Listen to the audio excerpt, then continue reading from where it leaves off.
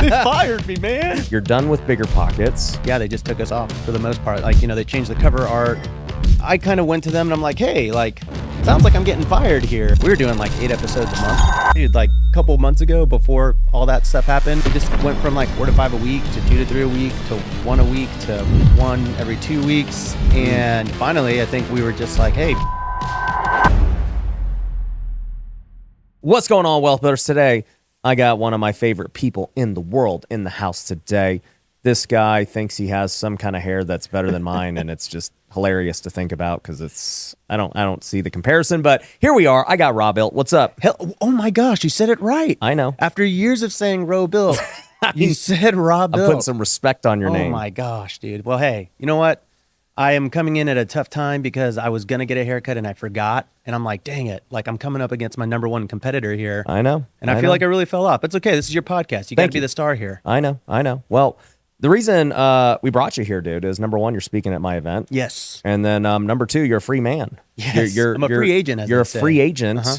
You're done with BiggerPockets. Yes. That's also why I'm being nice to you today and calling you by your name. Thank you. So, dude, what happened?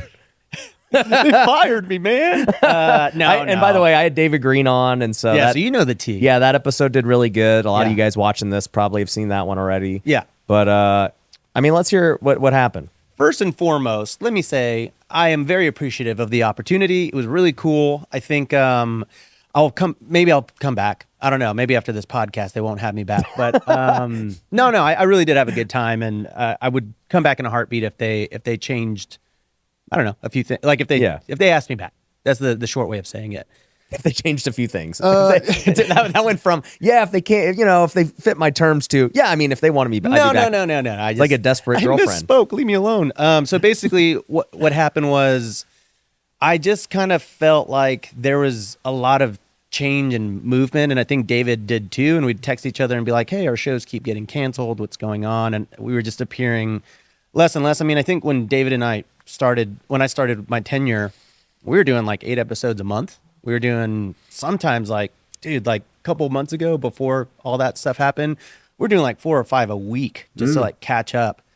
And man, it just went from 4 to 5 a week to 2 to 3 a week to 1 a week to 1 every 2 weeks. And finally, I think we were just like, hey, what's going on? And we just didn't really get a lot of answers. And so I think what happened was they were doing a rebrand and they wanted to change a few things internally. And, I'm not really super privy to all of that, but I know that they wanted to go back to beginner stories, no sensationalism on hey, this 17-year-old kid became a trillionaire by age 5, it was that kind of stuff.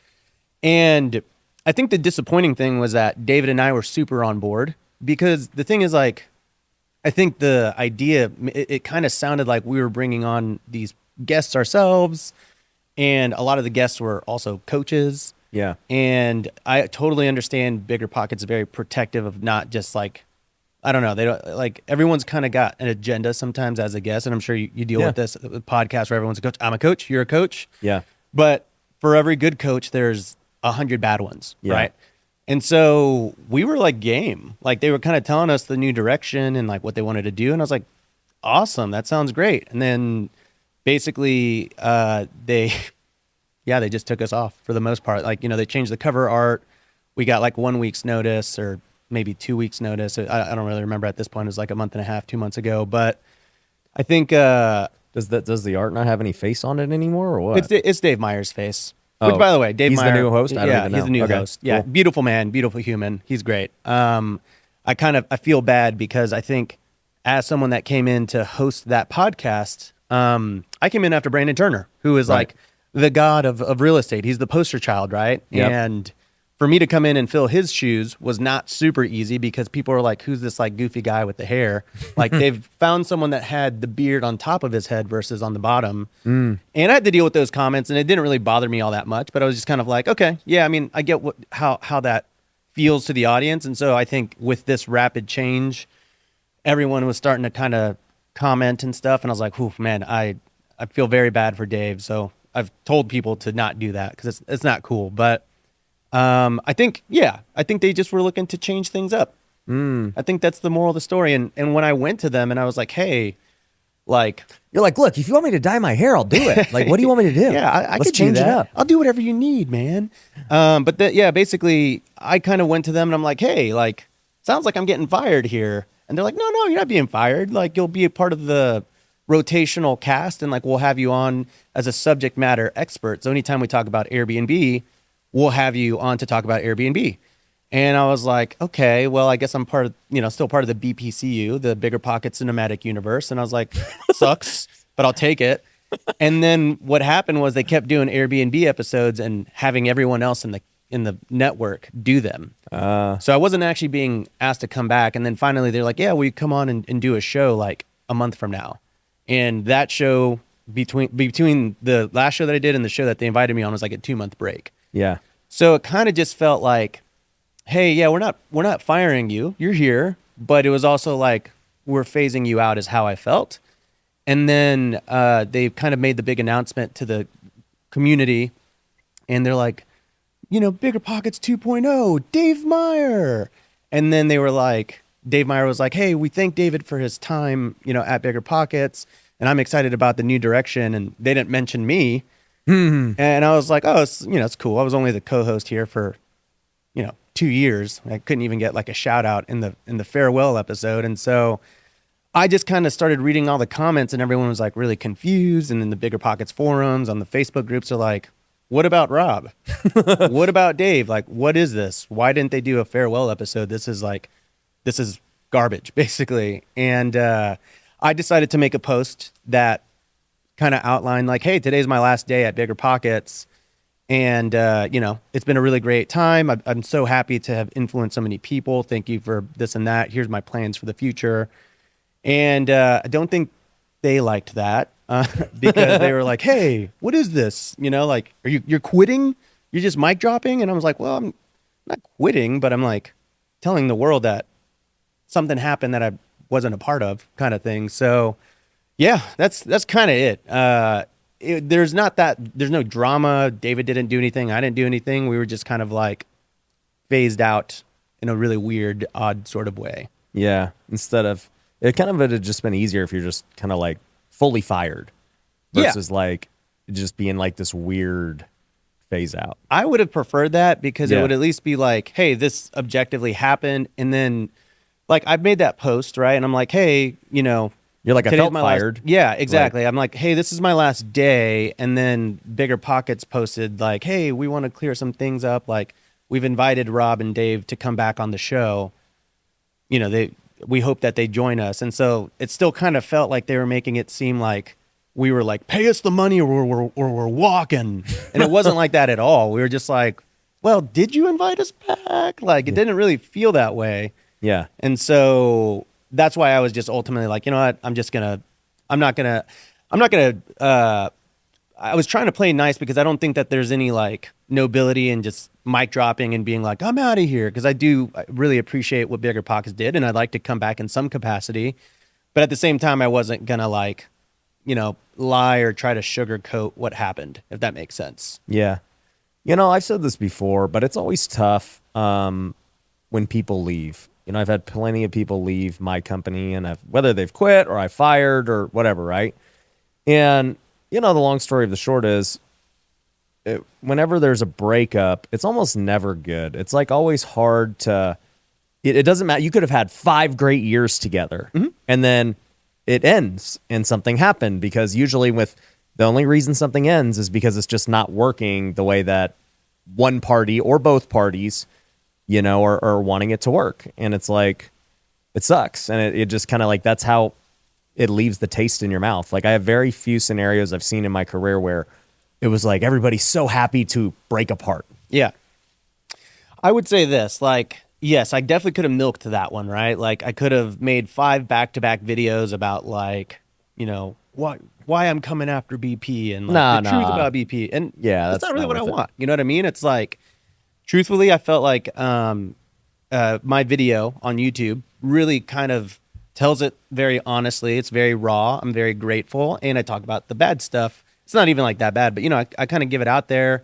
And I felt like it was a good, raw, sentimental video that's like, hey, thanks everybody. I appreciate y'all, and I'll be back if they call. And that's mostly true. Like, I think I'd come back. like tomorrow, like you just said. Well, okay, so here's the deal. There's a couple of interesting things. Like I can't technically, there's contractual things. And I gotta sort of wait for things to phase out there, and that's kind of coming to an end there. But here's sort of like the bittersweet reality of being part of BiggerPockets, and it's kind of funny because Brian Davilo, he's always said that I'm like the vice president of real estate. He's like, dude, David Green or Brandon Turner is like the president because they're the host of the podcast, but that makes you like the vice president. And I'm always like, and I'm like, I guess. I was like, it's the nicest thing anyone's ever said. You're That's Kamala. for dang sure. Yeah, I'm Kamala. And I was like, okay, I'll take that. Like, sure. So that is really nice because I think the cool thing about being on BiggerPockets is I get direct access to people in the industry that I would have to work really hard to get access to otherwise, right? Yeah, So because of BiggerPockets, like I got to become better friends with like you. I met Pace at BPCon. Like I've just gotten to know the big dogs in this space, and that's like really, really cool. On the other end of it, I kind of have, in a weird way, Big Brother always watching, and meaning like the network, I have to kind of be a representation of the network, which isn't actually that big of a deal because I'm a pretty wholesome guy. I don't really have skeletons in the closet. I don't do crazy things, but still, like from a humor standpoint, I consider myself somewhat comedic. You may agree or disagree with that, but like there's things that I wouldn't necessarily say or jokes that I would edit out on YouTube because I'm like, well, if this kind of got complained about to the top, would it be a good thing? Like would I have to really, I don't know, say sorry type of thing. And so because of that, I felt like it did ultimately hold back growth on the personal brand side, but I got to ride the coattails of the BiggerPockets brand side. So it's a good and a bad thing. Yeah. So basically you're saying you're going to get way more funny. Well, we'll see by the end of the podcast, or way more serious, Dark. Yeah, maybe more dark, But I think for the most part, I think, there's a lot of content that I didn't explore. I had an HGTV sizzle that like a pilot that went out. It got turned down the same week that BiggerPockets gave me the job. And I never pursued TV again, and I actually don't really want to. But there's like so many opportunities like that where I get asked to go on TV shows, not like big ones, but like, hey, do you want to be a guest host on this random like 2 episodes run on HDTV, or like shooting a podcast? I could never start my own podcast, starting different businesses that may be seen as competitive to BiggerPockets. Right. And so because of that, I was really happy to kind of do the thing that I did for the last 2 years. But now I am pretty much looking to, break out of the nest, if you will. Fly the coop. Oh, yeah. I catch what you're saying. Yeah. Yeah, that's good. It's funny. I remember you called me when they were looking for the host, and you asked me for my advice on if you should take it or not. Yeah. And then I don't really remember what I told you. I remember what you said. You said, I don't know, man, I could never work for anyone ever again. That's what that does sound like what I would say. You said it via text, but I was like, I could tell how you said it, Yeah, I was texting in the pool. I do these hot tub, like my pool heats up to hot tub temperatures. Pool mastermind? It's just me, and I was like in there with an old fashioned, like really debating life. I'm like, do I take the biggest opportunity of my career or do I not? And you were like, look, what do you want to do? Like, do you want to grow your platform or not? For me, I grew my platform without it, and I don't think I could work for anyone else. What do you want to do? And I was like, I just feel like I couldn't say no. I felt like I was being drafted to the major leagues without too much minor league experience or just anything. to the bigs. Just straight to the bigs, man. And I was like, I had this YouTube channel that worked, and I was like, I feel like I got to say yes. Yeah. And I think I was saying to you at that time, I'm like, well, dude, you're already a successful YouTuber. I don't remember how many subscribers you had at the time, but you had 6 figures. And, I was like, it just kind of depends, because you're right now a tiny home Airbnb guy, and that's like all your YouTube channel's about. So this like opens you up to a whole new audience that would never have found your stuff. But on the flip side, you got to work for somebody. Yeah. And that was always my thing. I'm like, I can never have a boss. Like, it just will never happen. Yeah. And I wouldn't really ever say it, man. Like, I never felt that way. I never felt like I had, like, it was a pretty chill gig, Like, I think we had a pre-production meeting on Monday at 12 for an hour. And then we recorded 2 episodes on Wednesdays. And we met like 30 minutes early. So really, it wasn't like we weren't putting together reports. I was never really reporting to the C-suite. or anything like that. I think for me, it's more so like to the thing you alluded to before of, hey, you kind of felt like Big Brother was watching and you couldn't maybe, I guess, fully be yourself. Yeah. And that's like my thing is like, bro, I'll talk about faith. I'll talk about everything I want to talk about. And obviously I'm a guru. I'll sell anything and everything. And I don't ever want to be limited on like what that I part's can do. true. For sure. Yeah. I couldn't really ever talk about that stuff, but I was like, I think of podcasts, and I mean, obviously your business objective is much different than me, but on the bigger pocket side of things, it's like top of funnel. Yeah. Just gets the name out there and people find me and they'll fall into my funnel other ways. Yeah. And then when we do ads, obviously that's going to be retargeted to a lot of the people that listen to that audience. Yep. So I never really had to talk about it, but I would say host camp, like being my main thing, I don't think I ever said those two words on BiggerPockets, which is kind of crazy to me. Were you just not allowed, or you just like subconsciously were like, yeah, I don't want to ever pitch my own thing? It was more that, but I mean, at the beginning, I probably could have, because David would always like, he was really good at weaving product in. placement. Yeah, he was always like, well, at the David Green team, which is the #1 real estate brokerage in Southern California, and you can hire an agent there today if you just DM me on Instagram. Yeah, we close a lot of those deals every day. No, I'm just kidding. He wasn't ever like that, but he would be, he was very good at like, oh yeah, at the one brokerage, like we close, 4 to 5% loans, or we have those options. And it was always like super fast. Yeah. I think he had the very subtle call to actions. Yeah. He had the seniority to kind of get away with it. I was coming in like, I don't know why they hired me. So I'm just not I going don't want to blow this. Yeah. I'm not going to ruffle feathers. And so, yeah, I never did it. I did have a guest one time who was someone that I asked to come on, or I was able to kind of get them on, because I couldn't even necessarily get my crew or people or network on. I still had to like request it, right? Yeah. And one time he was like, well, yeah, I know like at host camp, they do that a lot, right? And I was like, I felt like I was dying inside. I was like, no, don't say my brand. I'm going to get in trouble. So yeah, I mean, in that capacity, I was like I played the part. I was happy to do it, and I wasn't there to sell. I was there to teach. Yeah. And ultimately, that's why I was really excited about that role, because I went from teaching hundreds of thousands of people on YouTube to millions of people. And whether or not, I got any financial gain from the coaching side of things, I wasn't really there for that. Yeah. But obviously you did, like you said, like being more known allowed host camp to grow and all that. Yeah, I would say so. I mean, I probably should have the tracking on that, but definitely a lot of people that would take calls and stuff would say like, oh my gosh, I love Rob on BiggerPockets, for sure. It was just kind of interesting. Yeah, I guess so. Yeah. Probably. It had to have. Do you feel bad talking about host camp on my show? No, because it's free at this moment. There we go. When's the next host camp? Yeah. That's its own interesting thing. But yeah, I mean, I'm kind of positioning that to be, because you just did one, so it's not gonna be for a while. My yeah, HostCon. Yes. HostCon. Yeah, that's my conference that I just finished. Yeah, a month ago. Woo. Yeah. Events. You see all these gray hairs? I did not have these last time we did this podcast. Yeah. It's because of conferences. But also I have a very small team. Like I come to your thing and I'm like, dude, you have like 10 people here?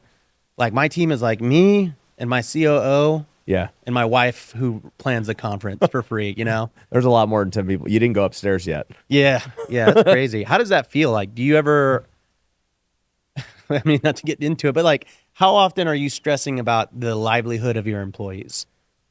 I don't stress about their livelihood. I think about the success of the business overall, right? Because if the business is successful, then they're not, there's not a problem there. Yeah. Right. So if the business isn't profitable, then their livelihoods, are definitely in jeopardy.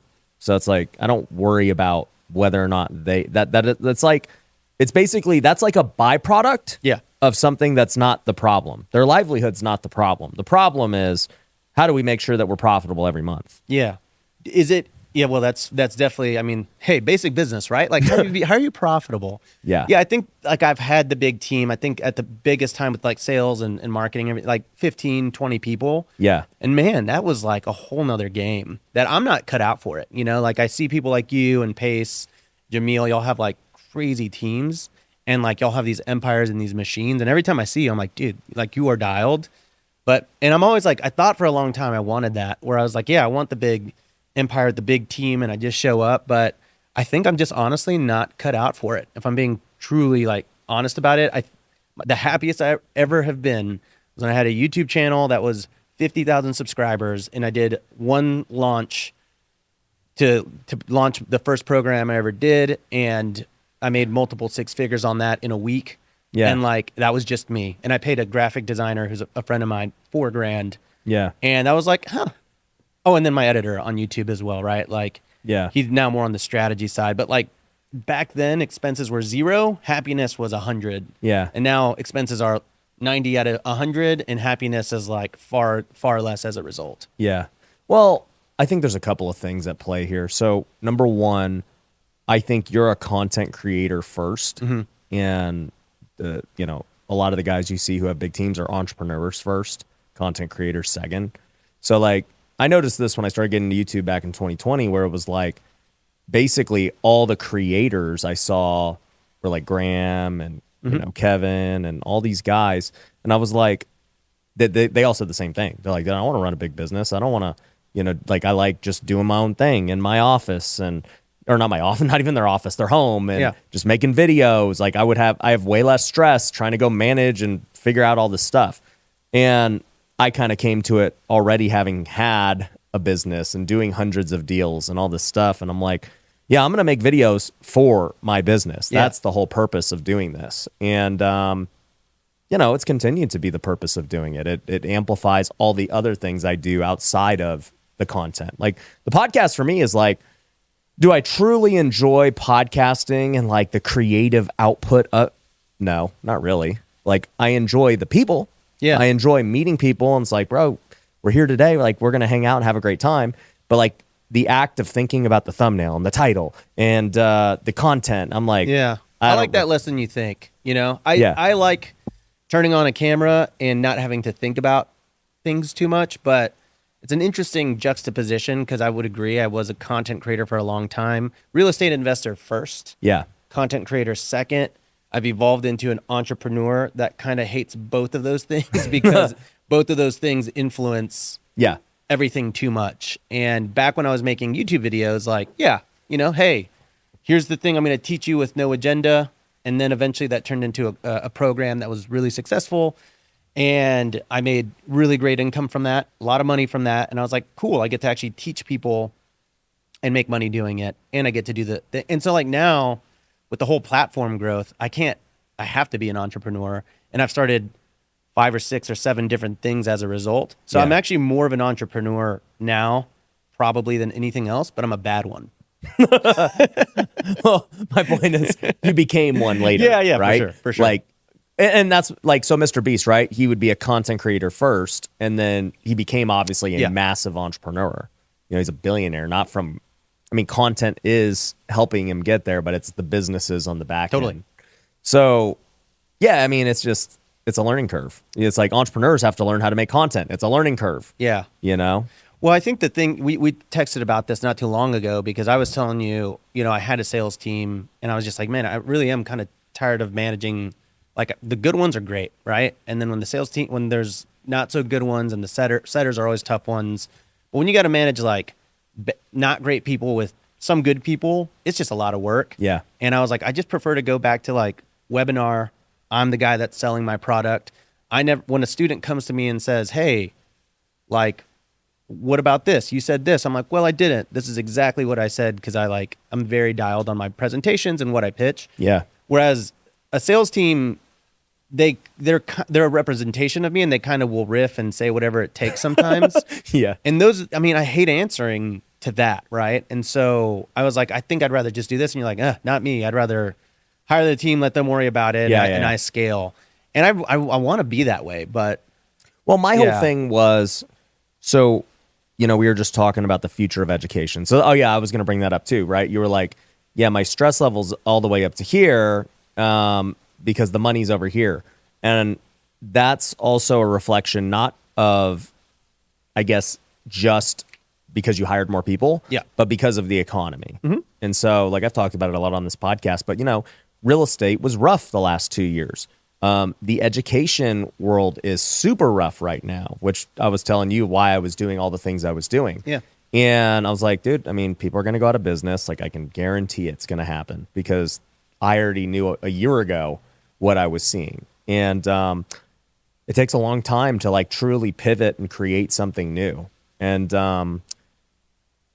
it's like, you're asking me about my stress level.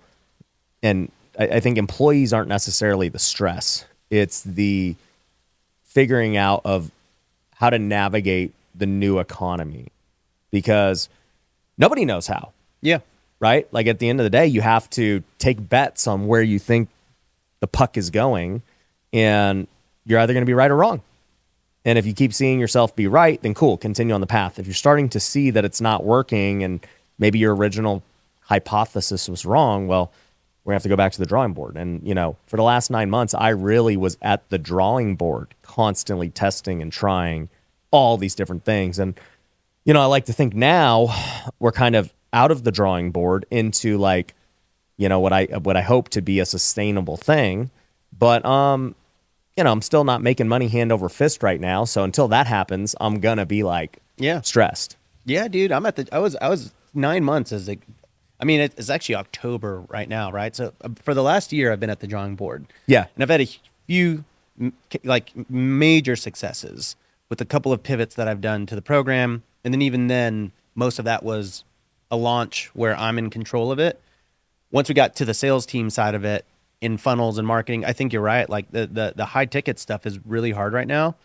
And I'm kind of starting to circle around what it is that's going to work. And I think do you know who Sam Parr is? He's like kind of founder of the Hustle. Yeah. So I was texting with him a few months ago, and he kind of just made me think bigger, but he was just like, he's like, I think of you as a course creator guy versus like like an entrepreneur kind of guy. He's like, you need to think about being a company guy versus a course creator guy. Yeah. And I was like, interesting. Like that's his perspective, someone on the outside that watches my content. Yeah. And he was just like, he's like, you're a course guy. He's like, you got to be a company guy. If you think bigger, you'll just have a way bigger exit in the future kind of thing. And so my whole thing now is, instead of trying to reach a very select few people who are on the high ticket side of things, how can I go back to what's more authentic to me?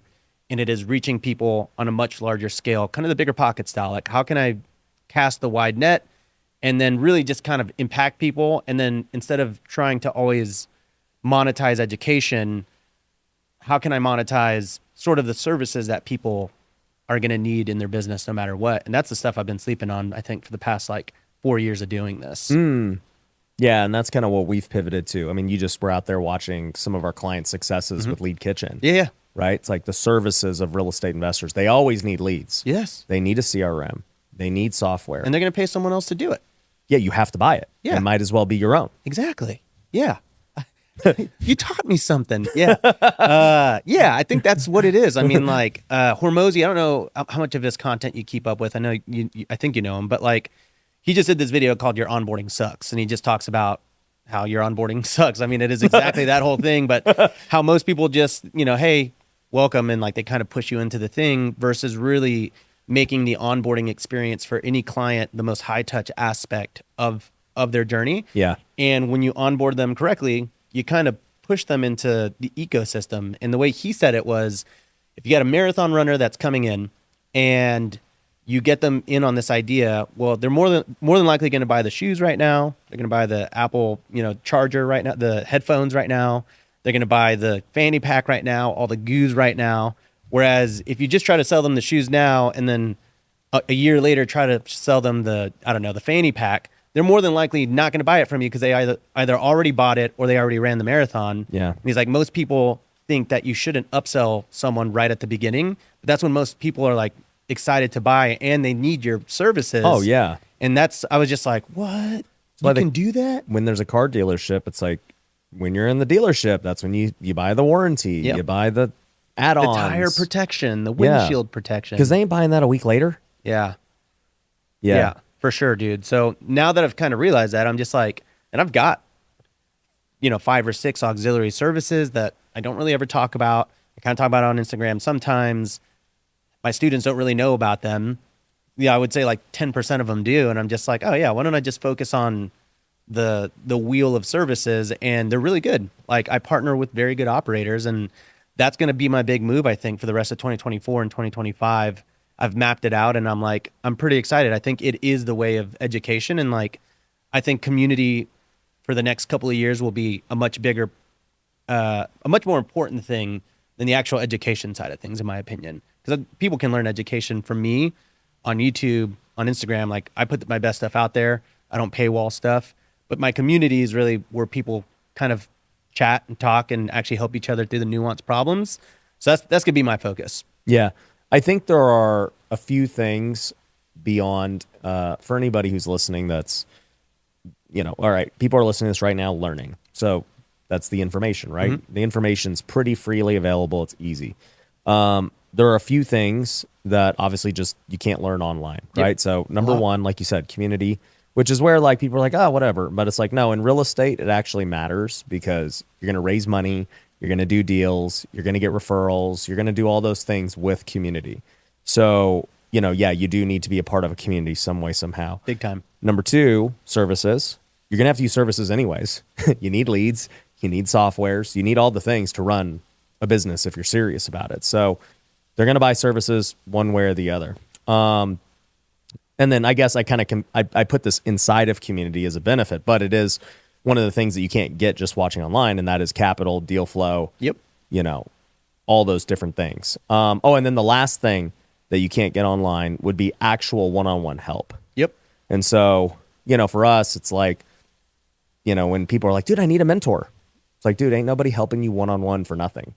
It's like, if you find a local mentor or whoever else, like, they're still like, if their time's valuable, you're going to have to like do something for them some way, somehow, whether it's pay them or whether it's find them a deal, work for free. Like, you're going to have to do something to learn from that mentorship. Like, as much as, there's some great people who will help you. Like, even still, like I think about as my kids get older, it's still going to be in that way. My kids aren't going to pay me, but guess what? I'll be like, all right, guys, you want to learn this game? Go hop on the phones right now. I ain't paying you. You live in my house. Go hop on the phones and go close some deals. And I'll pay you a commission just like I pay everyone else. Like, that's how I'll train them. That's funny, yeah. And you get the tax benefits too, right? Into the whole, you pay them the salary to do the things for your I might even pay them less. And I'll be like, hey, here's your 10% commission minus rent. Nice, man. Yeah, I agree with that. I mean, all of those things are, and I also think like the services side of it too is far more sellable and better multiples oftentimes than, let's say, high ticket education. Yeah.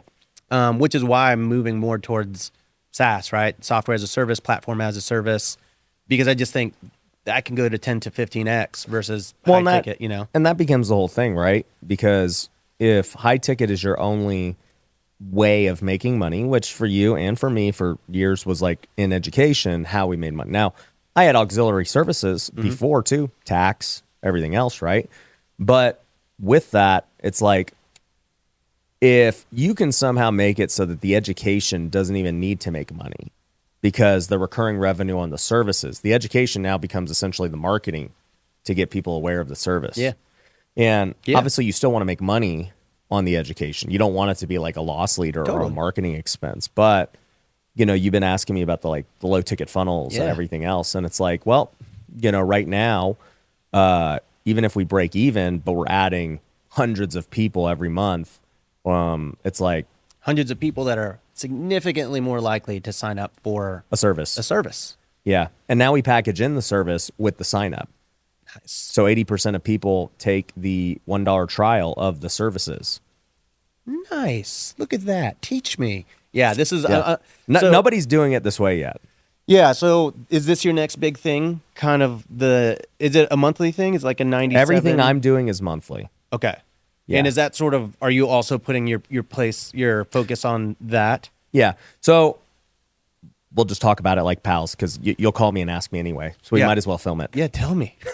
So tell everyone. I don't care. So right now we have a $3 trial, right? And that leads to a $97 a month community membership, right? So it's called Wealthy University for anyone listening. So the community membership gives you access to all of our courses, gives you access to the community, gives you access to multiple live calls per week. And one of those calls is with me, where I do Q&As and all this stuff. And then we hold like workshops and things virtually, inside the community as well. So tons of value for 97. And in fact, It's crazy. right now we're testing it out at 197. So, the people who are in at 97 will get grandfathered in, but I think it's going to be able to support 197 as well. Anyways, and I mean the value is there, but I think Well, you could have a 50% drop off. It would just funny and still it'd be make the the same, amount right? of money. Yeah. That's what I'm saying. Like, I'm pretty certain it's going to be the right decision financially. Anyways, so there's that. And then they can add on a $1 trial for what we call our wealthy system. And this is our CRM, and then it's our deal platform. And both are needed, right? I mean, you need a CRM if you're going to have leads. Like, the CRM creates your website. It's where your automations are. It's where you're going to email, text, cold call. All those things are in the CRM.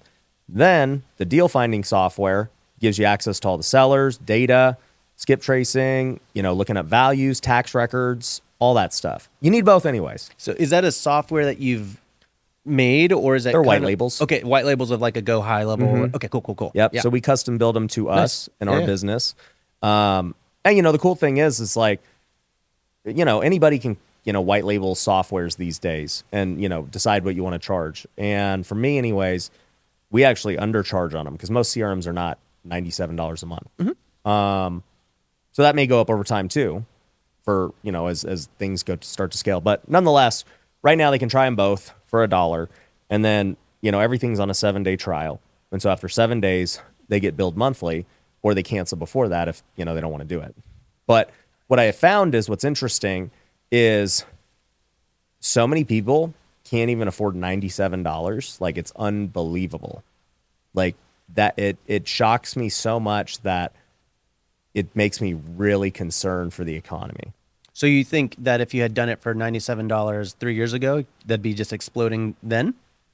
Yes. Really? Oh, okay. And when I say they can't afford it, I say that I can see how many people's cards get declined for $97, and it's unbelievable. You mean when they re-up, or even just the first? Well, time?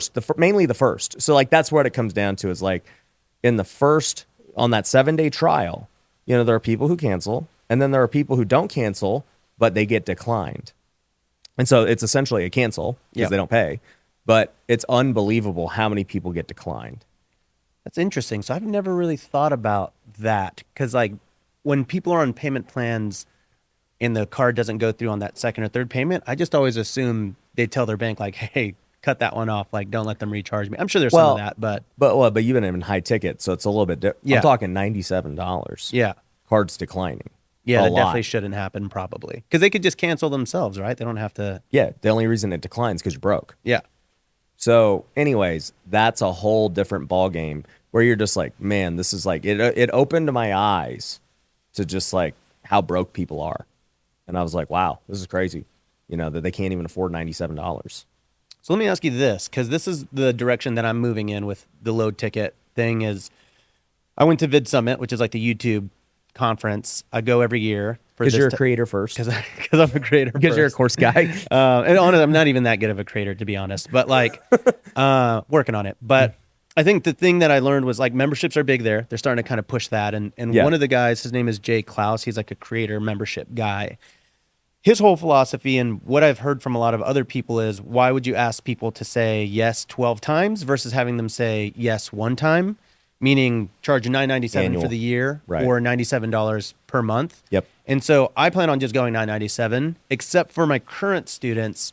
I'll give them the option just because that's kind of like the, hey, thank you guys type of thing. So this is where I think the course or the creators don't understand business. So that will work with a warm audience if you're just doing organic. Absolutely. The people who listen to this podcast. I mean, lots of the people listening to this podcast have been to WealthCon. They've bought stuff, and they're great. The problem becomes how you scale a low ticket like that, because for you to get people to pay $1,000 for something, it's pretty much got to all happen organically. Yes. It's just too high of a price for paid ads to self-buy on their own. So, like people be like, well, Ryan, people buy $1,000 things on their own. When it comes to education and memberships running cold traffic, they do not.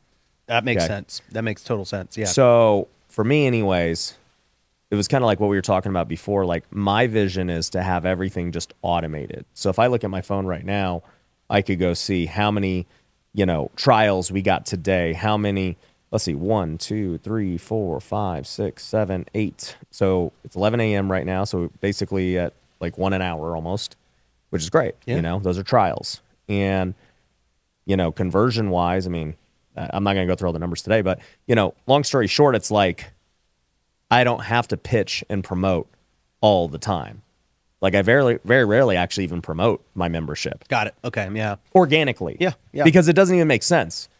I'm like, guys, try the $3 thing. It's like, then you'll have all your students be like, what the heck? Yeah, well, $3. No, like they get it. Like, no, I know, they understand what they're paying for when they get the higher level things. Course, but yeah. like, if I'm going to organically promote, I believe in that philosophy of making like one time. So I'm going to promote Lead Kitchen.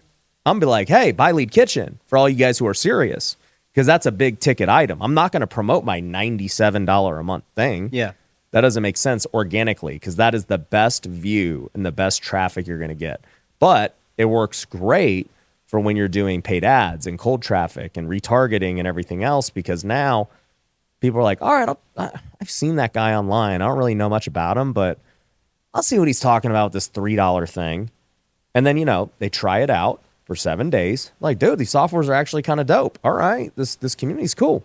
And then, they're in. And then there are some who are like, all right, I got what I wanted, because they'll come in for something free, like a contract or our Novation Academy or whatever. And they're like, all right, I'm out. And I'm even okay with those people because they'll come back somehow. Exactly, right? Yeah. Like, it doesn't even matter that, they only paid $3 and they got all this value, because they did. They just came in and ripped, what they wanted, the contracts, the course, and, whatever. They're going to have gotten so much value from that at some point they're going to see something and they're going to be like, dude, they'll see WealthCon and they'll be like, that course was really good. Yeah, of course. Yeah, that makes sense. And perhaps not perhaps, let's just go ahead and say I am being very naive when I say, I cut my ad spend at zero now. If things go the way that I think, which they never do, but I have high hopes, I don't think I'm going to do paid. At least not for a while. I think everything I'll do will be pretty warm. Well, so I'll give you my feedback. I don't know if you're asking Please, for it. Coach. So I think real estate investors, I found a brand new way to create cash flow that's better than anything else I've ever done. It's better than rental properties, Airbnb, my flipping business, multifamily. It's the best thing we've done yet. It is building an automated wholesale business. Now you might be saying, Ryan, how do you build an automated wholesale business? Well, what if you had the same exact leads that I get every single month? What if you had a sales script that was so easy to close deals over the phone that you could do it all across the country? And what if you could sell your deals directly on the MLS without a real estate license and without having to actually own the property and getting top dollar? Well, we do that with this new method. And I made an 11-minute video where I go over how it all works, how you can start doing it today. So if you want to go see that video, go to wealthyinvestor.com, go click the case study and see what I'm talking about. organic is great for what you expressed you wanted to do now, where you're like, I don't want the stress, I don't want the overhead, I don't want the headache, I just want high margins and I want to just make content and do that, right? Mm-hmm. So yeah, I think anything that you don't have to pay for is great. On the flip side, obviously it's not scalable, right? And it's always dependent on you making however many videos. Mm-hmm. And it is what it is, right? That's kind of like what I think about with streamers and stuff too. It's like, these guys do great, but man, the moment they stop streaming, it's dead. The machine's off for sure. And organic content is that way, because if you stop posting, it dies. So very true. Okay, so here's kind of the big play, right? If you go to Google and you type in Airbnb websites that will teach me how to Airbnb, no website exists except for Airbnb.com. The second largest website is probably my YouTube channel. And that's it. There is no website that will teach you how to do it. So for me, I'm just like, BiggerPockets is real estate, right? Like you can learn about Airbnb there probably from some blogs and stuff. Yeah. There's nothing. And so I see this opportunity where I'm just like, dude, all these coaches, myself included for a long time, are so focused on this $7, 10, 15, 20, $25,000 thing, but they aren't really like, I think a lot of the stuff is gate kept, right? And that's why people are always like, why do you give so much of your stuff away on YouTube? And I'm like, because like, you're going to learn it regardless. I'd rather you learn it from me somehow. Yeah. And so my big play is like, I agree with organic, but the idea with the host camp launch is like, I actually want SEO to be the play. So when someone types in, how do I host on Airbnb? How do I host in California? Airbnb free course. I just want my website to be literally the only one that shows up on Google. Yeah. And so, of course, that's still organic, but the idea would be I have an opportunity to sort of be, I think, like the website. And so let me give you the quick path to that, right? So it's funny because I remember when I first started getting into digital marketing, aka like paid ads and stuff, is how I deem digital marketing. I started doing paid ads around 2022. So I've only been doing it like over 2 years. Now, granted, I've been doing paid ads for home sellers for like way longer than that, since 2018. Yeah, totally. But on the digital side for education and services, about 2.5 years. So what I learned was I was always debating these paid ad guys. I'm like, organic crushes paid, and these guys, and even Russell Brunson. So he was here and we were talking about this, right? So from like, okay, let me backtrack a little bit to give the full context of why I'm about to say what I'm going to say. So I was with Ty Lopez on Monday. Okay. And obviously this guy was the big guy for paid ads for a long time. Like he's over here making videos about his Lambo and all this stuff, right? And he was telling me about back in the day, right? To get a Facebook click was like insanely cheap. He's getting leads for like $1, and selling his 1,000. Like, dude, you know how many like people he could push to his VSL and everything and just kill it when your lead is $1? Like to get one opt-in for WealthCon or for HostCon, I don't know what yours was, but ours is like $30 to $40 on the paid side. He's getting them for $1, right? So it's like he could have put 40 times out the ad volume. Yeah, HostCon would not be hard to fill if you could get 40 times for sure. more traffic, right? Man, that's crazy. Yeah. So, but that's what it was back then. And then Russell Brunson was doing the same thing, and he's just killing it on paid. And Ty and him both built a big personal brand eventually. But what Russell told me was, he's like, dude, I just wish I would have did more organic back then and not just been so heavy on paid, because he's like, once I stop paying, the ad stops and it all stops, right? He's like, but the organic and the brand, they all matter. So then when he first came here, he was like, I want to build my organic heart. Like, I just kind of want to see how you're running everything, because you're in the same space. You understand paid and you also understand organic. And then, you see Hormozy saying the same thing, where he was all paid too, because he came from Russell Brunson's stuff. And then he goes into organic, and then now he's in paid too. I mean, he's spending probably over $1 million a month on his paid. Specifically on school games and stuff? Yeah. Makes sense. So, and he's doing the same thing I'm doing with just running a $97 funnel towards that. So long story short, I say all this because it's inevitably at scale always both. Yeah, totally. Because if you're going to run paid, you need organic to back it up. People need to be able to go see what you're all about if they see your ad. And vice versa, if you're good at organic, paid should be easy for you because you're already good at content and you have good content to point them to. So it's a natural progression to do paid. It's harder for the paid guys who have no organic. It's a rough world for those coaches right now. Very rough world for those guys. But for guys like you who have strong organic, paid has to happen at some point. To maximize it, for sure. Well, not even to maximize it, but to give you also the ability to not have to make so much content and also dilute your organic.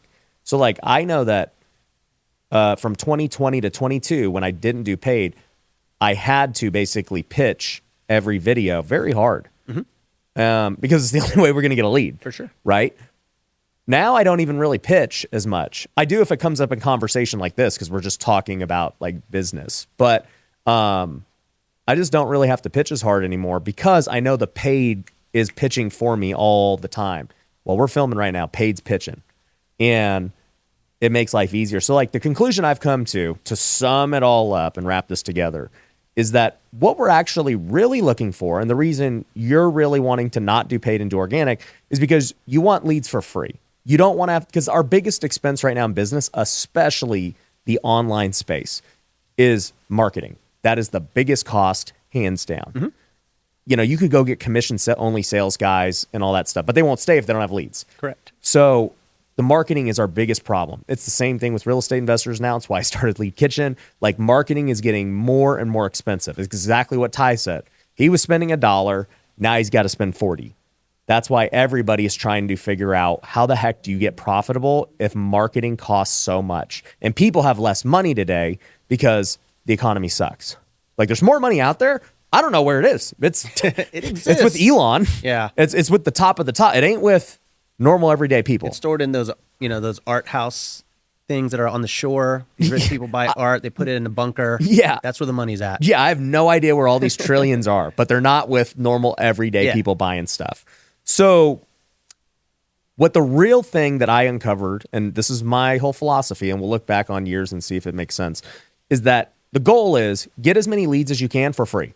That's the goal. Yeah. And so how do you do that? Well, organic is free. That's one way. Self-liquidating on low ticket offers is another way. And then being a lead gen company transparently is another way. So, like, to give examples, right? I'll get people every day organically go to our websites, all of them, and submit. So those are free leads. On the low ticket funnel right now, as I've just been building it and figuring it out, it recurs about, because you keep asking me this too off camera, but I'll say it on camera. Give me the scope of where things are. Is it working? Ever since we added the software trial, now it's started to exponentially increase. And so now we're over 6 figures a month. Nice. In recurring. Good for you. Yeah. And my philosophy has been now like, hey, you know what? I'm actually okay not making money on that. Is that what you mean by self-liquidating? Yeah. Okay. I would rather now at this point just keep growing that. Like, I would be okay personally spending, let's say, multiple 6 figures. And even if it didn't make money, I get all those free leads. Yeah. And all those people are in the community and learning and all those things. Because even if I don't make money on the front end, I know on the back end, they were free. And so whatever we make on the back end is pure profit. And I would rather have my team get more at bats of people who have paid for something, who are being nurtured in a community and whatever else. And so now, before it was, hey, we spend $100,000, we make nothing on the $100,000 on the front, we better do a great job of converting on the back. And guess what? Sometimes you don't convert and you lose money, right? Been there for sure. Me too, which is why I had to change. Now I go into each month and I'm like, oh, our marketing's already covered. The recurring covers it. So I'm about to get this free 6 figures. Everyone that basically converts after that's just gravy, right? It's gravy. Yeah. And so, it's not like I thought initially, where also the recurring might be like a nice big profit, where I'm like, oh, I spend $100,000 and we're recurring $400,000. It's amazing. That hasn't happened yet, but it might happen in time. But even right now, if we spend $100,000 and we recur $100,000, that's still a win, because now we have $100,000 of people that can convert be anything, everything else, because they're still at just the entry level, and there's so many other amazing things we have. They're going to come to an event. They're going to keep paying for softwares. They're going to upgrade to a different program. They're going to buy leads. We have all the things they need anyways. They're going to also talk about their stuff. Experience, word of mouth, help other people. Yeah. Yep. So that's how I look at it now, where I'm generating free leads over there. And then on the lead gen side, okay, we started running traffic for all of our different clients all across the country, getting them motivated seller leads.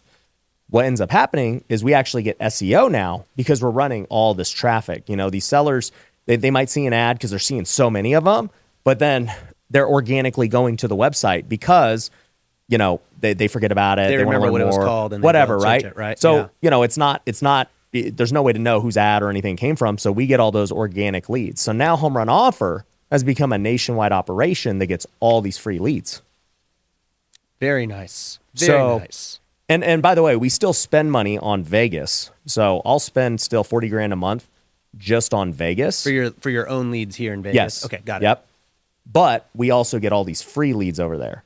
And I think that as Lead Kitchen grows, there may come a time where we're so overwhelmed with how many organic SEO leads we get that I don't even need to spend, period. Yeah. Do you get to skim off the top, scoop up those really, really good leads, or do those have to get dispersed fairly? No. So the way Lead Kitchen works is Well, we actually have two things now. So for our upper tier clients, they pay us a retainer monthly, and then they're in their specific market. And Lead Chef Kitchen. This is the premium.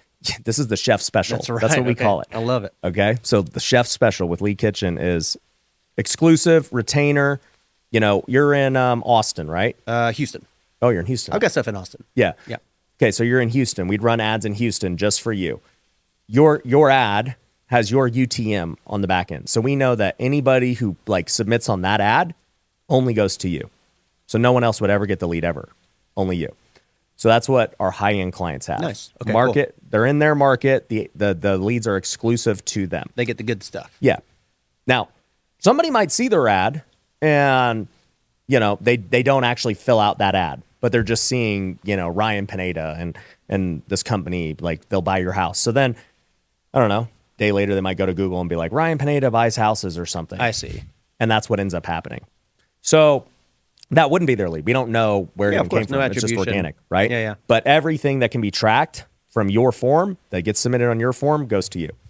Okay, so then on the lower tier, do those people fight for those leads? So this is a whole new product that I actually haven't released to the public. By the time this episode comes out, it'll be released. Nice. So I'll talk about it. Click my affiliate link down below. It'll be in the description. There we down go. There. Yeah. Rob buys leads. So I started that's a high-end product. You got to spend at least $6,000 to $8,000 a month on leads for that product. Because when you're doing inbound traffic, like we were just talking about with this whole problem, it's super expensive. And so it doesn't make sense if you're going to be in Houston and you're like, dude, I just want to spend $1,000. It's like, that doesn't even cover a retainer. So we have to make money. Mm-hmm. So we have our retainer, and then it's like, all right, Ryan, your guys' retainer's $3,000. I want to spend $2,000 in leads. And I'm like, dude, that just doesn't make sense to pay us $3,000 and you only spend $2,000. Your blend isn't gonna be great. So I tell our clients, I'm like, at least spend $5,000 in ad spend, because at that point, if you're in Houston, I know in Houston our lead cost is around $100. So at $5,000, you would get 50 leads for the month. So you'll get about 2 leads a day. And remember, motivated seller leads are expensive.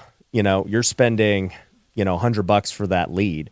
I mean, PPC and everything else is like $300, $400 for one lead. That's how costly they are with the seller game. But anyways, long story short, I realized there's so many people that can't afford that. And so, I said, well, what do I do with all my old leads? At the end of the day, it's like I have 20,000 leads in my CRM alone, not our clients, just HomeRun offers. And it's like, we don't work those. We work the lead about the first 7 days. And because we get so many, they kind of you got to work the new ones. Yeah. Because the new ones are the good stuff. Yeah. So we're not even working them anymore. So then I just started to think about it. And I was like, what if I just sold those leads? And then it just clicked. And I was like, you know what we're going to do? We're going to sell them like packs of trading cards. So instead of having to wait for leads, I'm going to bundle them up in packs of 50 and sell them like packs of cards. And your next big deal might be in the pack. So do those convert? Yeah. Yeah. Okay. Yeah, dude. I mean, we've converted so many deals over the years, from old leads. They absolutely convert. And the key is so anyways, we call them lead packs. Mm-hmm. Okay. Anyone can go to leadpacks.com and buy one right now. Leadpacks.com/Robuilt. /Robuilt, right? Mm-hmm, mm-hmm. When we go on your show, we'll put that. Okay. If you guys want to use this link, whatever. Maybe it'll be a real thing by here, but who knows? So nonetheless, what happens is they end up getting 50 leads, and there's tiers, right? Based on how old they are. So they're the highest tier would be what we'd call a fresh lead. So it's 1 to 14 days old. Then the second tier would be we call marinated leads. You'll like the puns. Those are 30 to 60 days. And then can you guess what 90-day plus leads are called? Spoiled? Leftover. Okay. They're called the leftover leads. Okay. But you get 50 inbound leads. So even with the leftover leads, you'll get 50 for $250. It's $5 a lead. So that's pretty good. Yeah, that's not bad. Super cheap. Yeah. I mean, these normal leads cost $100, $200. Yeah, those are the people that, hey, I don't have a lot of money, but I have the hustle. Yeah. Right? So I'm going to call that list. And you get them over instant. again. You get 50 people who have actually said, hey, I want to sell my house. It's so different than we were talking about VAs before the podcast. Mm-hmm. Most people who don't have a budget, what do? They pull data, they hire a VA, and then they cold call a list, right? 99% of those people don't want to sell their home. Nice. Okay, so everyone there at least has the thought of selling their home. They've submitted, I want to sell my home. Right. I want a cash offer. Now, 90 days later, they may have sold, like, who knows? Or, whatever, right? But you're getting 50 of them right away for $5 a lead. That doesn't exist in today's world. So is that popping off for you right now? I haven't launched it yet. Oh, you haven't launched it yet. By the time this drops... Oh, that's what you're saying. You're packaging it up, getting it ready for the public. Because that seems pretty good. That's Yeah. definitely very good for the person that... They don't have the $10,000 a month thing. But bro, if you got $1,000 and I could say, hey, yeah, these leads are older.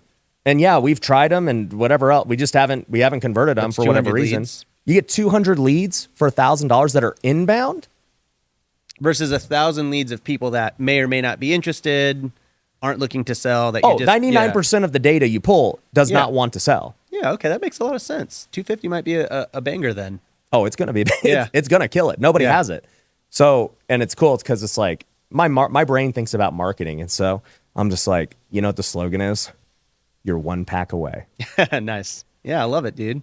So you capitalize on the card trading where these guys are like pulling packs and they're like, dude, I'm trying to get that freaking, I don't know. The holographic. The Charizard. Yeah, the first dude, if I could get the Charizard, that this is worth X. It's like, that's literally what these leads are.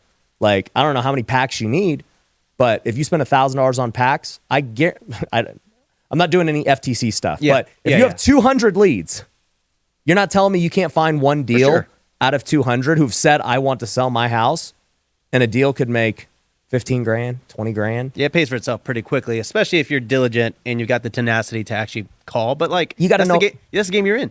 Yeah, if So you it's can't like- close any, like that's your fault. You can't close. Totally. Yeah, the PPL pay per lead model seems huge. It's like that marketplace model.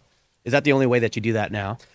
Nobody in PPL does it the way I just described. They'll probably try and copy me after this because it's smart. Hey, but it's coming. Thank you. But the We way they do it, appreciate you. the way they do it, I don't like, because the way they do it is a credit system. Not everybody has a different business, but the way current PPL works is like, you're like, hey, I want to buy $1,000 worth of leads. They're like, great, give us $1,000 now. You don't get any leads. Okay, we now need to go spend your $1,000 to generate you the leads over the next month or whatever, right? Like, you don't know when you're going to get it. Yeah. The other part is, and this is everyone's problem with PPL right now, they don't know how many other people get it. That seems to be the frustration amongst people. Yeah, in you've this interviewed world. them all, right? Like, I ain't bashing any company or anything. It's just, that's just what it is right now, the sentiment in the industry. It's the standard almost, right? Is that you kind of expecting to be given leads that everyone somebody else has already got. Yeah. Yeah.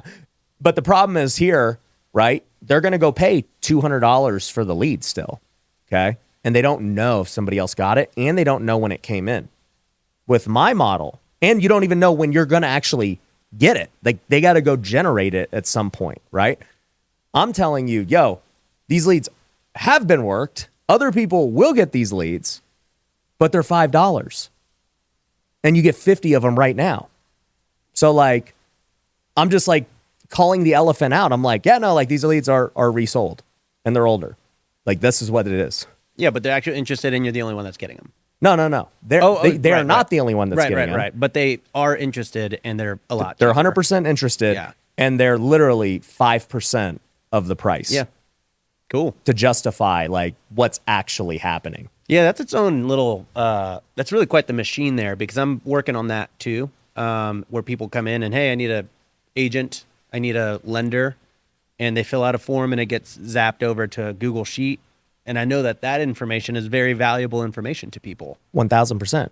Like, this is what even got me thinking about it too, is like, what's happening now is because marketing's so expensive, people are trying to figure out, how do we share cost with marketing? It's like, that's why you're seeing so much more collaboration and different things. Like, that's actually like why Airbnb and co-living and these things get started, is because housing prices are going so much, yet rents can't catch up. Yeah, they makes can't sense, cash flow. So we got to figure out, how can we like share the expense on this? Oh, well, I'll let you rent this room and he'll rent that room and this. It's like, oh, now it works because we're all sharing together. This is why people collaborate on events. It's like, oh, dude, it's going to be really hard for me to fill this event by myself. Ryan, how about we co-host the event, and now both of us together can fill the event? and then let's just split or whatever the case is. These leads are no different. I basically said, even with our top tier, it's like, yo, I built my brand the last 5 years. It cost me millions of dollars. And I have a marketing department that costs me a lot of money every month. How about you just pay me $3,000 a month and you get it all? You'll get the same exact treatment that my own team gets. And it's like, oh, well. Is that a crazy complicated back end from a team standpoint? Do you have a ton of people on this, or is it just as easy as exporting and? No, well, so with our premium clients, it's very simple because we run the same ads everywhere. So all we got to do is pick a new market and onboard them into a new Facebook account. So it's And actually, are you making that ad? Yes, I'm Okay. the ad. Okay. So that's my point, right? Like you get to capitalize off my brand, my ad, my team, everything, and it costs you $3,000 a month. My team costs me way more than that to run it. But now we're basically sharing my team and we all benefit, and my brand. So that's like our high tier clients. And then these lead pack clients, which would be our lower tier clients, they're benefiting from, I already paid millions of dollars for these leads to this point. And they cost me way more per lead. They cost me $100, $200, $300 a lead. You get them now for $5 or $10 or $15 a lead. What is your ad spend? On Can you which say? thing? On all of it. Do you spend a lot on ads? Over the years, I mean, like it's always fluctuated. I mean, when WealthCon's going, like we spend a ton on WealthCon by itself, usually we'll spend 100 to 200 grand on ads to throw one WealthCon. Wow. Yeah. Because once again, I don't even promote really WealthCon like organically. I let the ads. Yeah, because kinda do you were doing it every quarter for Yeah. a while, so Yep. you'd be promoting WealthCon every day, basically. Yeah, and I can't do that organically. It's like just let the ads do the thing. But right now I spend, let's say like around 100 for the low ticket funnel, 40 for HomeRun offer. Right now we don't do any lead kitchen marketing. It's all been just word of mouth and, Nice. and basically from the community. Nice. Right? And that's basically it right now. But Pretty good. what I'm about to do now is run ads for lead packs because I think lead packs can self-liquidate. For sure. Okay, so what about... Oh, and by the way, I forgot to mention lead packs are a subscription. Nice. So that MRR, man, I've been ignoring MRR for so long. The monthly recurring revenue thing, I'm just like, why haven't I done it? You know, if I Yep. had just, and there were so many times where I had a product that ended that I could have very easily just been like, hey, if you want it to continue, $97 a month, $10 a month. It doesn't really matter. But at this, I mean, it's crazy to me what I've uncovered. I know. Being so retrospective about this. Well, you know what was funny too? Like while we were creating lead packs, I didn't think about it being subscription. I was just thinking like for our lower budget students, I'm like, dude, if I was starting over today and I only had $1,000 a month to spend, like, what are my options? And you really don't have any. It's just pull data, get a VA, and hope for the best. Right. That's Make your phone option. calls. There, and by the way, cold calling has serious liability. I've been sued for over 40 grand cold calling. And it's just getting harder. Like TCPA, the carriers, they're all blocking it more and more. I'm like, what the heck does a new student do? And I just started to think about it, and I was thinking about it, and we were just riffing with the team. And I was like, why don't we let them work our old leads? Like we don't work them. There's money in there. We all know there's money in follow-up. We just don't have the capacity to, like we have so many Better new- to convert that warm lead that just came in. Yeah, like we don't need to, like we got a machine going right now. So I was like, all right. And then we started to think like, well, how would we separate all the leads and the cities and, you know, people are going to want certain markets and all this. And I go, guys, people who are on a low budget don't have the luxury to be picky. Okay. If you got a big budget, sure, you can go pick your market, all that stuff. But these people, if you spend $500, don't come crying to me about being picky. You don't have any right to be picky. Yeah, you got to pay to play. Well, the more also, you pay, yeah, you know. and also too, it's about volume and reps. I'm like, give them 50 leads from all across the country, and with our model, you can close leads. Like we're closing all across the country. We teach people how to do it. We're like, here's our acquisition like so you have leads. Here's how we do deals over the phone virtually, and then here's how we sell them nationwide. We use Novations and other exit strategies. So like this business is becoming more and more virtual as time goes on, and people are able to do it across the country. So I'm like, we'll teach them how to close nationwide. So like the market now doesn't become a problem. And then they were like, okay, well, this is me and the team talking. They're like, how would we deliver the leads like so simultaneously? We'd have to like set up round robins and like all this back end logistics. I started to think about it and I was like, we won't do that. We're going to package them up like trading cards. Like, here's, if we have 1,000 leads, this is pack 1. This is pack 2, 3, 4, 5, 6, 7, 8, 9, 10, 20, right? And I was like, and then it's as simple as every time one sells, sell pack 1, then 2, then 3. Like, so is just that rotate through it. Is that buyer someone who's looking to lock up a deal and wholesale it, or is Yeah. it a flipper who's looking to? No, this would be for a wholesaler. Okay, cool. Yeah. Because, a flipper isn't, I wouldn't suggest flipping in random markets. So someone just asked me if they felt, because they're trying to figure out how to make money right now in real estate, and they're like, I was like, why don't you do wholesaling? Like, you're good at sales, you're good at cold calling. Why don't you do that? And he's like, yeah, but with the economy, like, is wholesaling still a thing? And I'm like, I think so. Wouldn't wholesaling be kind of like the most prime niche? Because A, people need money, so they'll sell their house. Wow, that's pretty much it. There's no be there. Yeah. I've transitioned basically to all wholesaling. Your whole operation, real estate operation, everything. Yeah. We have like 5 or 6 flips and like 40 wholesales right now. Yeah. Because I just realized flipping takes way more time, money, And risk. construction, and then the risk. I mean, I lost millions when the rates doubled. I was like, yeah, I don't want to do that again. Like, I want less stress in my life, like we're talking about. Yeah. Wholesaling has the least amount of stress, period, out of everything. Is the management of a wholesaling team the same as Easier. like a flipping team? Way easier. Really? Okay. Because you don't have project management.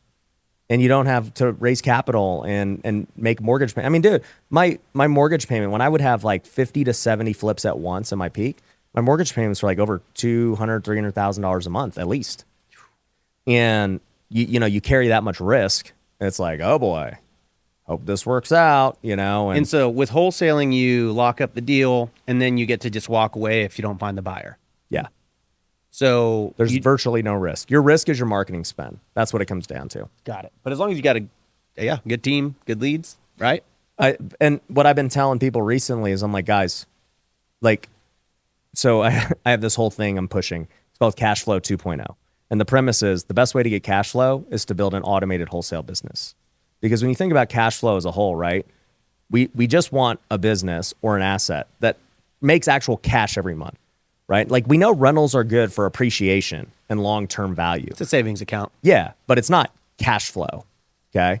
And so at the end of the day, it's like, and even if I wanted cash flow, so I wanted to make 10 grand a month off a rental, it's like, how many rentals do I need? That is the appeal of Airbnb, which Yeah. is why let me think about this. I don't think I have any long-term rentals Exactly. because it is hard to fathom, like, oh yeah, $300 a month, I need I guess. 100.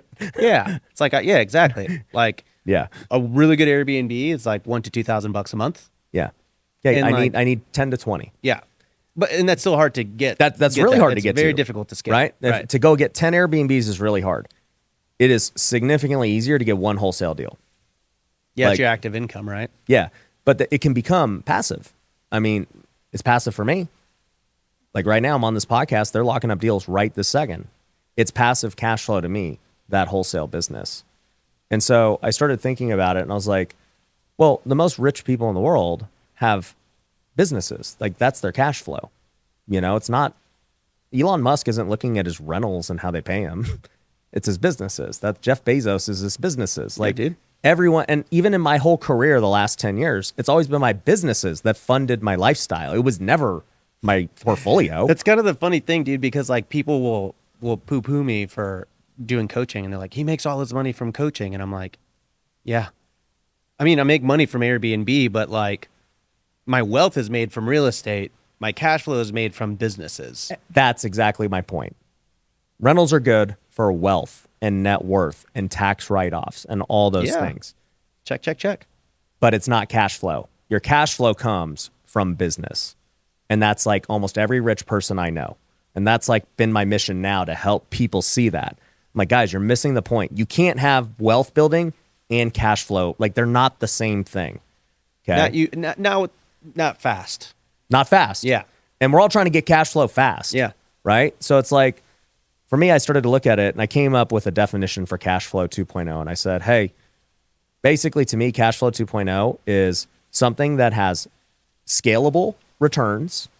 Okay. Because if I buy like, I don't know, a laundromat, like the laundromat is what it is.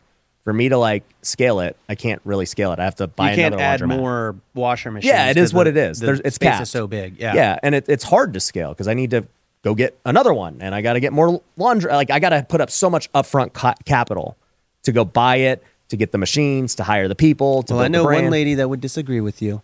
Well, it's harder. Yeah. Okay. Then two, what has risk, right? What's the risk involved with the cash flow? Yeah. The risk of a laundromat significantly higher than wholesale. It ain't even close. Yeah, right? because you can walk out of any wholesaling contract for the most part. The risk of an Airbnb is higher. Pretty high. Yeah. Yeah. Like there's laws that could happen to Airbnb. You got the mortgage, you got tenants. Like it's significantly higher than a wholesale deal.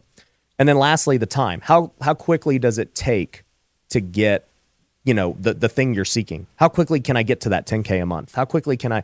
And it's like, well, like you said, we got to get 10 Airbnbs to get there. It's going to take some time.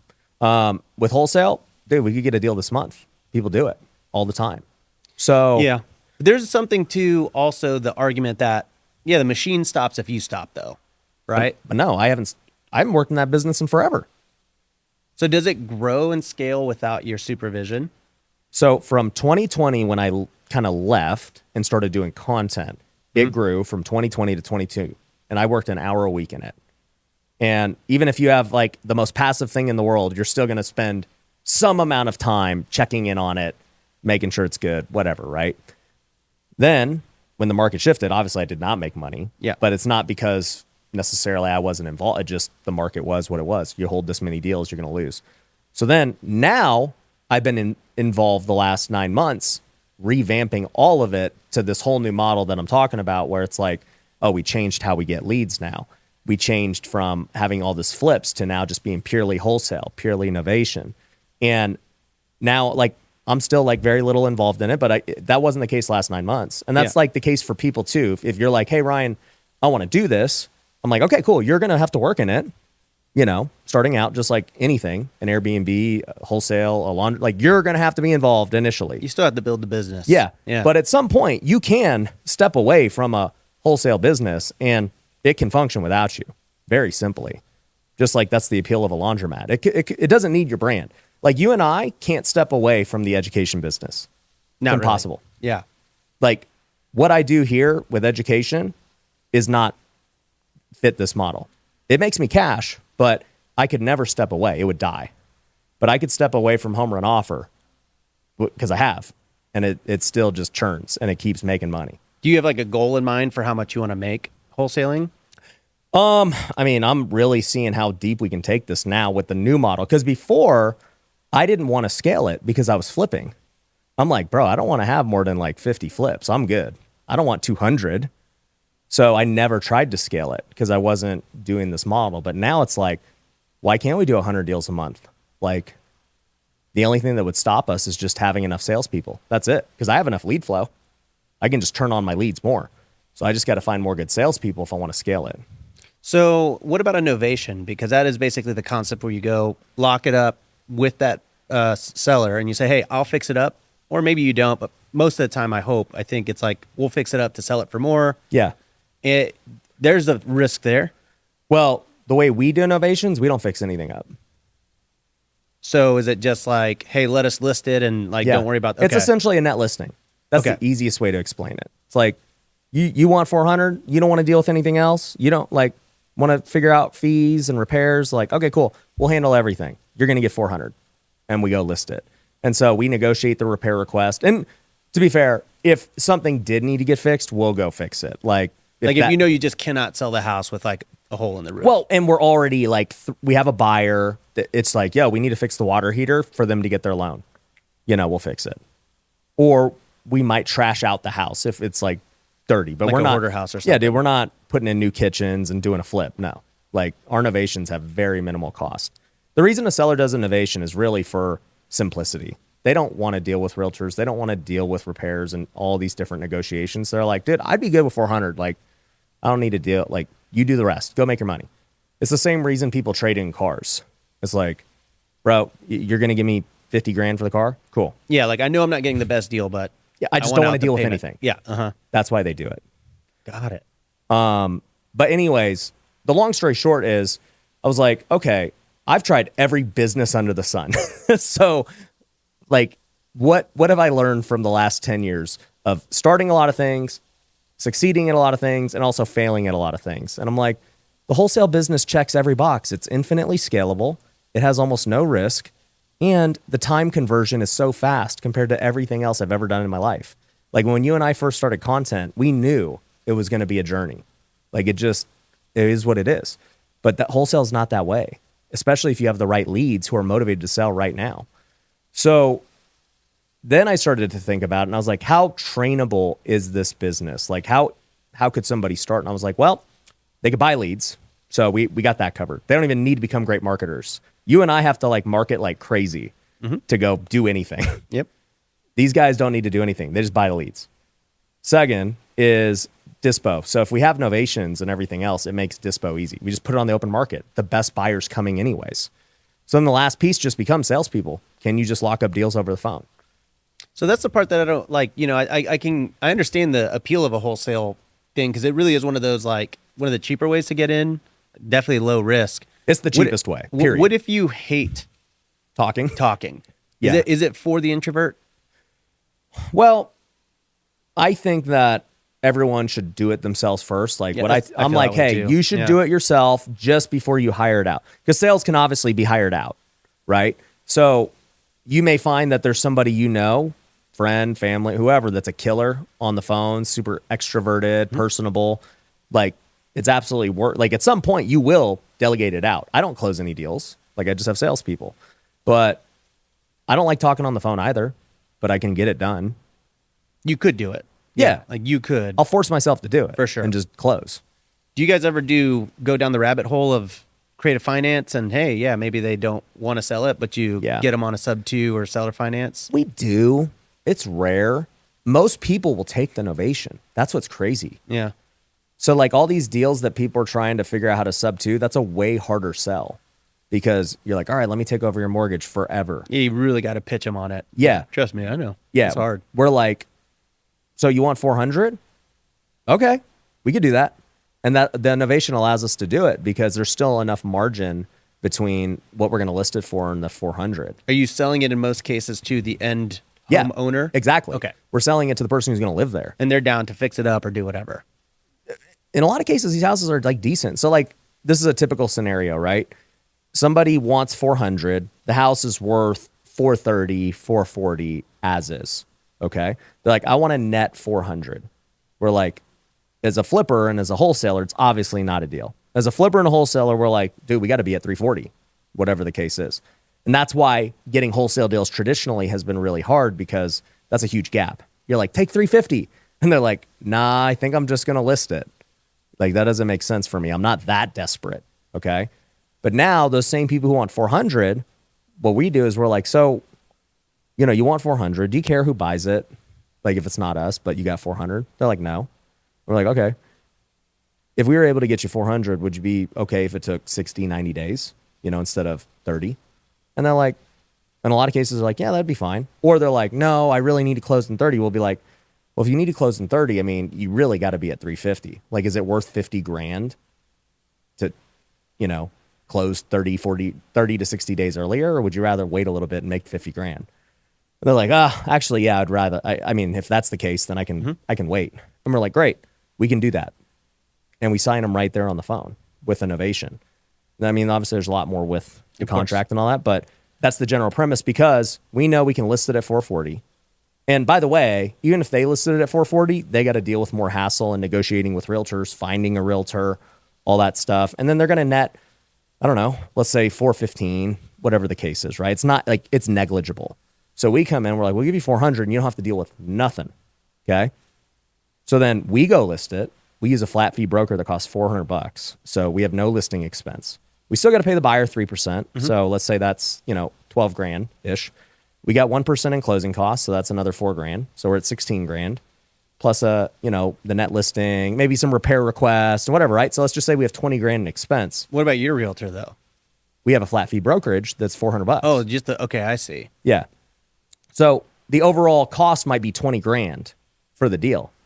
So if we get 440 and we owe them 400, we make 20. Right. So hold on, go back to the flat fee brokerage. So the brokerage is acting as sort of the realtor on your side? Mm-hmm. Okay. And so the person that actually does the listing isn't necessarily a realtor. They're just someone on your team. Yep. Got it. Yep. Like our TC. The calls go directly to us, not the brokerage. The brokerage just allows us to list it. Got it. Okay. Huh. That's why I'm saying it's so much easier than ever before. It never was this easy. This is literally the easiest, and it's not an exaggeration. It's the easiest I've ever seen it in my career, because I used to go on in-person appointments, trying to get them to take 350, trying to go, then buy it and fix it up and list it. And dude, it's a lot of work. It's a lot of risk. Now it's literally the easiest I've ever seen. So, okay. So talk about the ethics on it, because I think that's always the sort of the thing with wholesaling, is like the idea that someone is not getting the equity in the house that they have. On a Novation, when you go that route, they end up just making the money that they were going to make anyways. Okay. So ethically, right? Let's just talk about all three scenarios. I used to even think a lot of people think wholesalers aren't ethical. They're lowballing sellers and taking their equity. People think realtors aren't ethical because people could say people just don't like realtors. And then people think Novation's unethical. Everybody I've has seen it all too. Yeah. Mm-hmm. Yeah. My point is all three serve a different purpose. Mm-hmm. You just figure out what the purpose is of the seller. Hey, you want to sell tomorrow? I mean, a realtor can't do that. So you're going to have to take a low offer. That's the only way it's happening. We're solving and serving a purpose for that person, right? Agree. Realtor, hey, you want top dollar? You're cool dealing with every problem and, repair request and negotiation and negotiating with me as your realtor and finding that. Okay, you get top dollar for dealing with everything. There's never been an in-between. The in-between is now Novation, because the in-between allows you to get the best of both worlds, where you don't get a lowball offer. You're going to get pretty close to what you would have got with the realtor anyways. But now you don't have to negotiate with the realtor. You don't have to negotiate repair requests. You don't have to deal with any of the people calling you for XYZ. We handle everything. We sign all the documents. Okay. We do it all. So it's truly like a done for you service that the realtors just legally can't do. And when you say because that's the thing, if they go with the realtor and they have to negotiate, are you saying the realtor is going back to the other realtor and saying, "Oh, you want a new? Okay, hey owner, yeah, exactly. You got it," and then they have to pitch them on why they need to change the roof out, or right? Whatever. So Rob, if and also there's no price certainty. That's the big one, right? Because you come to me, I'm a realtor. Let's just say you're like, "Hey Ryan, I want to list my house. What do you think it's worth?" I'm like, I think we can list it for 440, whatever, right? You're like, okay. So what do you cost? And I'm like, well, we charge 6%, and I got this fee and that fee and whatever else, right? Here's your sheet. And, you're like, all right, do I want to interview another realtor? Maybe I'm going to interview 3 of them. There's a lot of work deciding who you're going to list with, right? Let's say you're like, Ryan, whatever, dude, I'll go with you.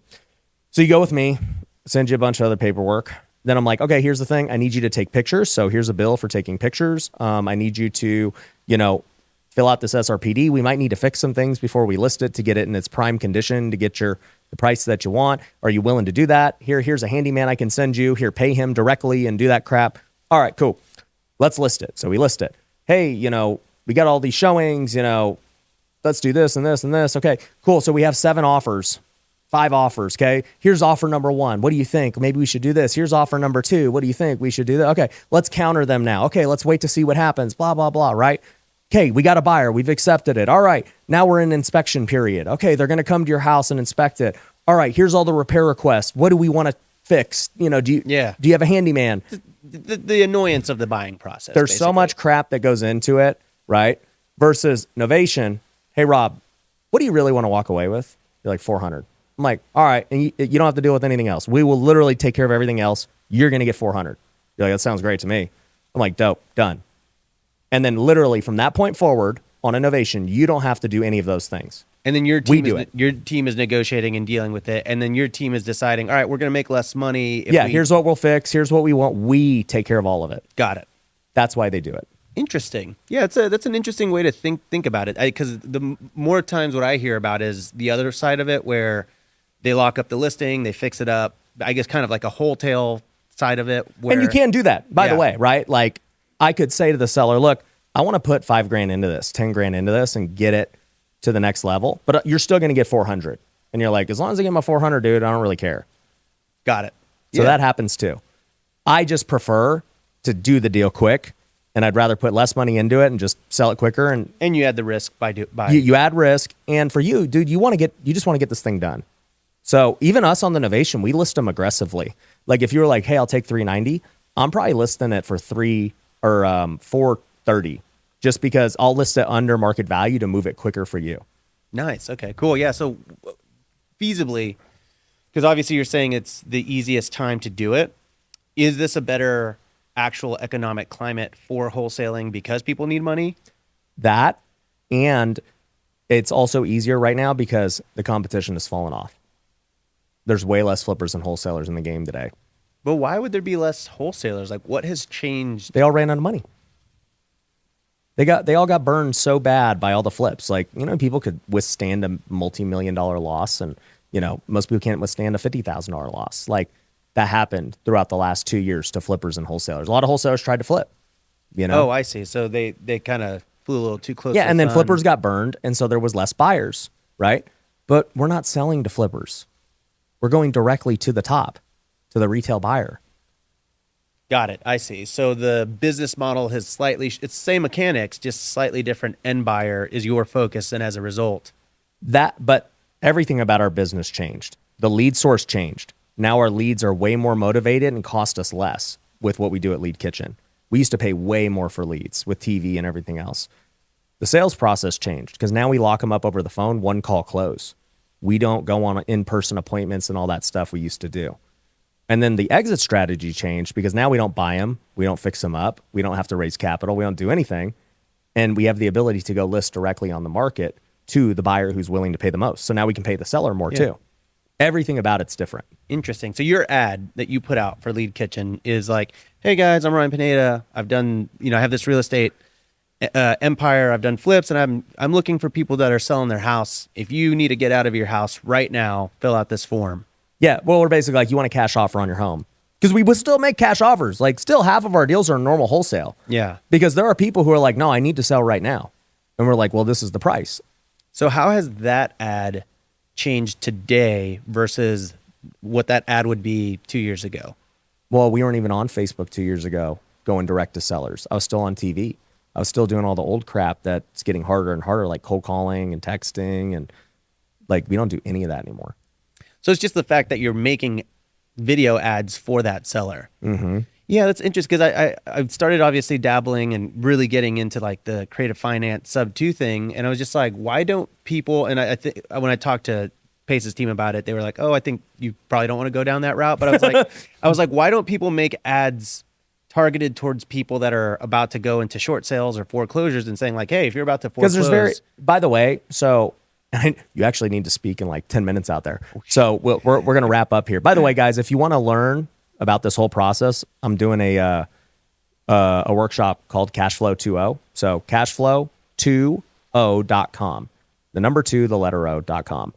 3-day workshop explaining everything you just heard. But the reason that I wouldn't even do an ad, because I've had people like, well, why don't you do a foreclosure ad and everything else? You realize like there's a difference between distressed and motivated. Mm-hmm. So there's probably only 2% of sellers who are actually distressed. They're in foreclosure. Mm-hmm. They're going through a divorce, whatever, right? Like that's the smallest part of the whole market. The other 98%, they're motivated to sell. They're just like not distressed.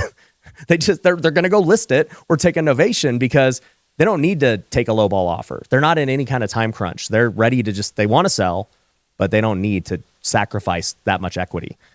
And then there are distressed people who aren't even motivated. They're in foreclosure and they're like, bro, I ain't never selling this house. They're going to take it from my dead body. Oh, I see. That Yeah. happens a lot too. Yeah.